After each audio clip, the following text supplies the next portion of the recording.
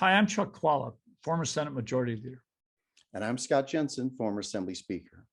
We're the insiders. So, Scott, we're in the primary season, especially on legislative races, which oftentimes get ignored. What do you find the most interesting topics or things that are going on the Republican side there? I would say the most interesting thing on the Republican side in the primaries for the legislature is that the three top legislative leaders are all being challenged in their primaries with fairly vigorous challenges. So, Speaker Robin Vos, Speaker Pro Tem Tyler August, and Senate Majority Leader Devin LeMahieu all have primary opponents, all of them recruited by the crowd that's with Tim Rantham that we need to decertify the election from 2022 in Wisconsin. And they're out there and, they've got people who are with them and they're going door to door and they're trying to upset the apple cart and knock out those legislative leaders. I'll say this, I've seen these sort of things before, and what usually happens is that the leaders are reelected, but that they are distracted from two very important chores. One is running the campaigns for the other seats for the legislature and raising money for those seats. So what they will be successful in the end, I think, is actually hurting the Republican Party by taking the leaders' eyes off of other opportunities to pick up seats from the Democrats and to raise money for those challenges. But I think it's very, very unlikely that they will be able to pick any of them off, but they're going to have to spend a lot of money. I mean, they're going to have to go door to door. They're going to have to be out there making their case for voters about why they should get reelected. And everyone should have to do that. But you and I had to do that, I believe, at times. I know I had a challenge once. And I think as a leader, you're tempted to just find it frustrating. But, people have the right to run against you. But it does take your eye off the ball on other things. And that's sort of unfortunate when your leadership has those sort of challenges. So what do you think is the most interesting on the Democratic side? Well, I think on both sides, what's interesting is that the changeover in legislative leadership, you and I know that being a leader is no easy job, and you end up taking a lot of arrows for your caucus members. But these times have made it even much worse.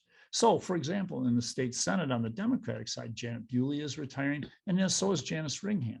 Their two head leadership folks are leaving. There's not so much interest in the primary. The Republicans are going to aggressively go after Bewley's seat, and given the gerrymander that's out there, there's a good chance that they might be able to get that seat. Janice Bewley did not win that seat by a lot of votes. And in the Ringhand seat, I think most people would say that Representative Spreitzer, who's an excellent representative and has represented that area, or one of the assembly districts there for a long time, is likely going to take over in that seat.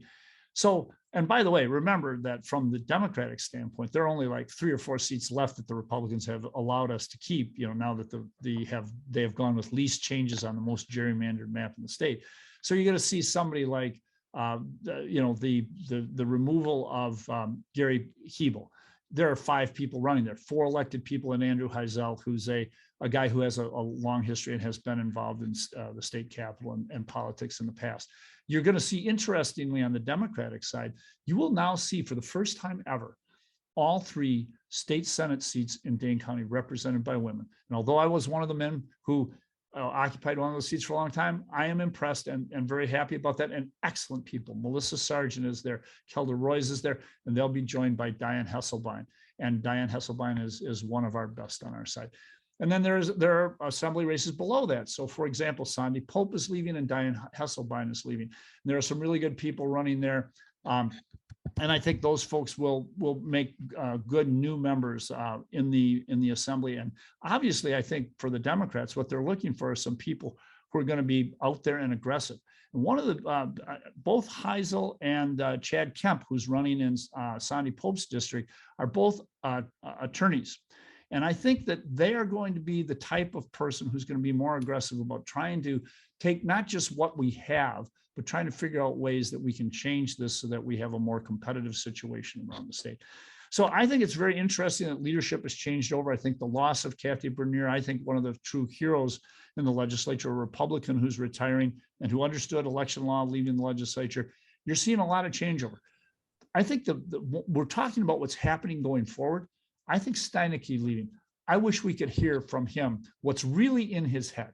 not what he will say to the public, but what he's really thinking about leaving the legislature and leadership. I would really like to have that conversation with him if he was ready to be honest with me. I think we're in a very dangerous time for democracy, and this primary is just a lead up to that. And the change in leadership across the board is not a good sign. It's a canary in the coal mine. I don't think Steinke's going to be shy about that. But let me say one other thing. I believe that this primary will have an unusually large turnout. On the Democratic side, you have a very competitive race for United States Senate, which will drive out vote there. On the Republican side, you have a large and vigorous race for governor. I think that will turn out the vote. And what we've been seeing around the country, at least on the Republican side, is a large increase in the number of people who are voting in the Republican primary. And between 25 and 30% of those people have never voted in a Republican primary before or only on rare occasions. So there's a lot of new voters who are going to be showing up in August, and that could produce some surprises, both the size of the vote and the fact that a lot of them are new voters. So stay tuned for August 9th. I think that's a good point. We'll see you next time.